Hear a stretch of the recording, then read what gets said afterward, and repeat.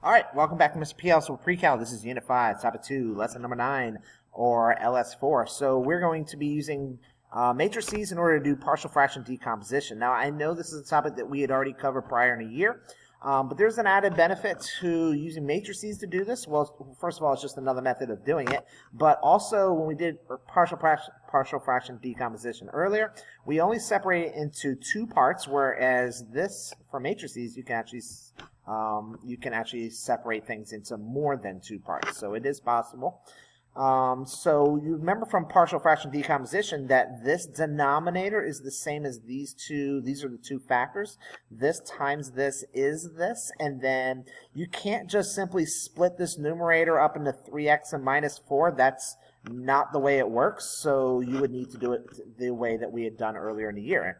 And I'm going to show you what that looks like right now. Okay, so first, when you look at this question, notice that the denominator is not already separated. So that's the first thing I need to do, so that we don't know what the numerators are going to be. So I'm just going to use a and b. So we know that a plus b over these two denominators. So I'm looking for the two. I'm looking for the two parts that give me this expression, so I need to factor it. So what two numbers give me -5, but also add up to -2? And that would be x minus 5 times x plus 3. Because -5 times 3 is -15, and -5 plus 3 is -2. Now, so if this equals this, and we don't know what a is, we don't know what b is, and like I said before, it's not just 5x and -1, it's not that simple. So what we need to do here is we're going to have to multiply this a by the denominator that it's missing on bottom. So basically, you're multiplying by x plus 3 over x plus 3, and x minus 5 over x minus 5. That's pretty much the same as we had done earlier in the year. So that way we have 5x minus 1 over x minus 5 times x plus 3 equals a times x plus 3. Now keep in mind, if I multiply the bottom by x plus 3 also, that would be x minus 5 times x plus 3, and then plus b times, I have to multiply this fraction by x minus 5 over x minus 5, and then I get this. Okay, and now of course this could, that could just cross out here, but that kind of defeats the purpose of what I just did. I just did that on purpose. Now that all the denominators are the same though, now I can cross these all out. If I multiply everything by x minus 5 over times x plus 3, then the numerators must also be the same.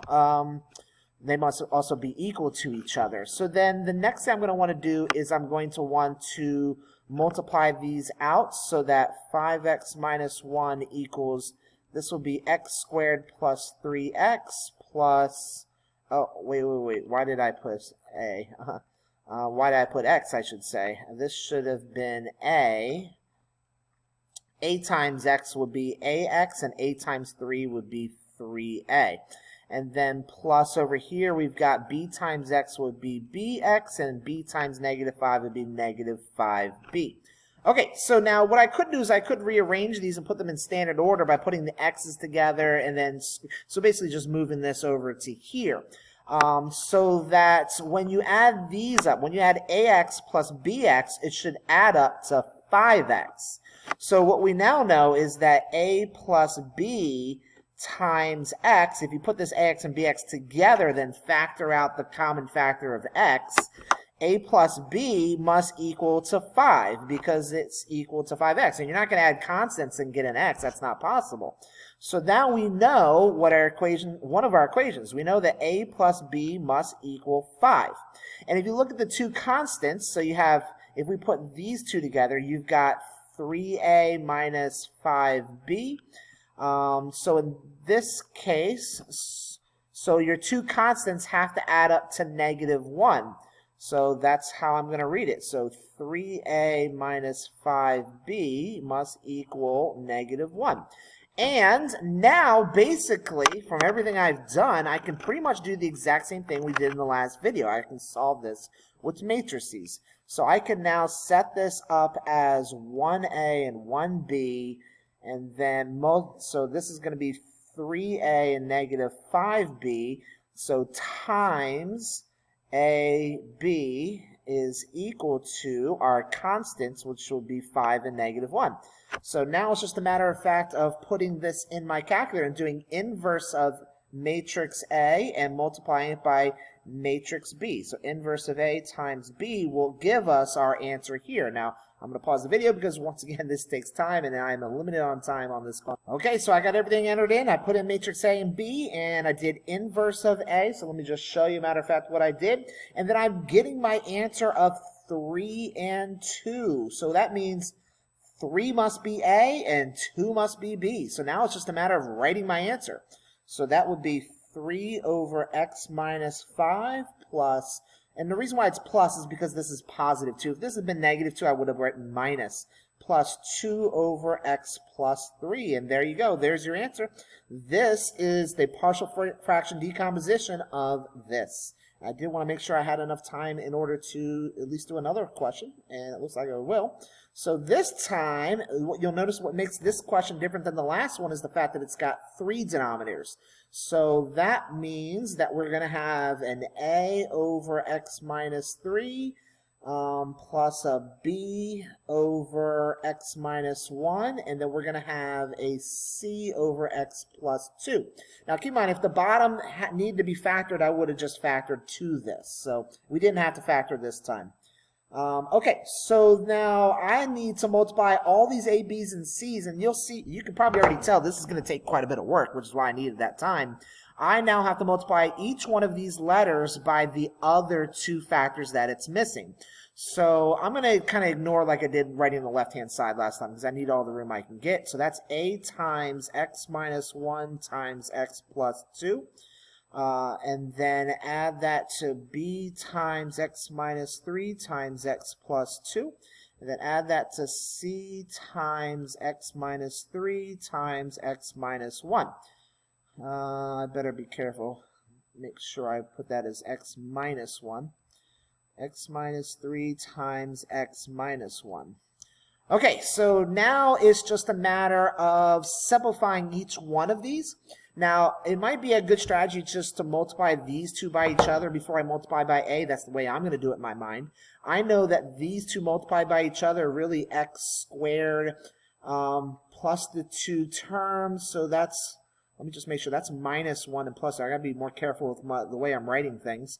So 2 plus -1 is 1, so plus x, and then multiply them by each other, you get -2. So it's a times this. So it's a times x squared plus ax minus 2. Minus 2a, sorry. And then here, these 2 multiplied by each other are x squared. Add them together, you get -x. Multiplying by each other, you get -6. Okay, so that's going to be plus b times x squared minus bx minus 6b. And then the last one, let's see, these 2 give you x squared minus 4x plus 3.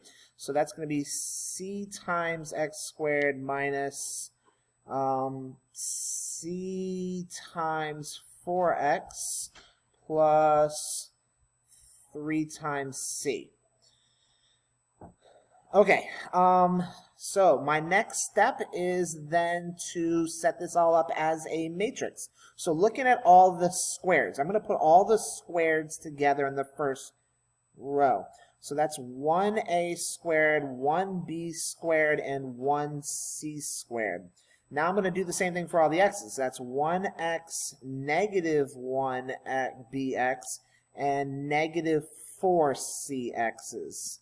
And then I look at all the constants. So that's -2a's, -6b's, and 3c's. Okay, so now I've got my matrix, and I know if I multiply this by a, b, and c, it should equal my solution, which happened to be 1x squared plus 4x minus 11. Okay, so once again, I'm going to have to pause right now, and I'm going to enter this as matrix A, enter this as matrix B, and then I can do inverse of A times B to get my answer, which I'm going to call X for the time being. Okay, I've done now everything that I said I was going to do. I put this in matrix A, this in matrix B, and then I plugged it in the calculator. I did the inverse, and as you can tell, I'm getting an answer of 1, 1, and negative 1, which are my parts. That's A, and that's B, and that's C. So now all I got to do, I've done all the work. It's now just a matter of writing the answer. So it's 1 over x minus 3 plus 1 over x minus 1 minus 1 over x plus 2. There you go. There's your partial fraction decomposition. And keep in mind, like I said, this happened to have 3 parts. So this plus this. And that technically we couldn't have done earlier in the year when we did this. All right, I am already at 10.5 minutes. I'm going to have to stop right there. I know that's only 2 examples. Please give it a like. It helped you learn how to. And of course, you can watch these over again, see the exact process that I did. Please give it a like if I helped you learn how to do this. I know it can be pretty confusing and tricky at sometimes. Please write a comment if you have any specific questions that you'd like to ask, and subscribe if you haven't done so already. Thanks again for watching. Have a wonderful day.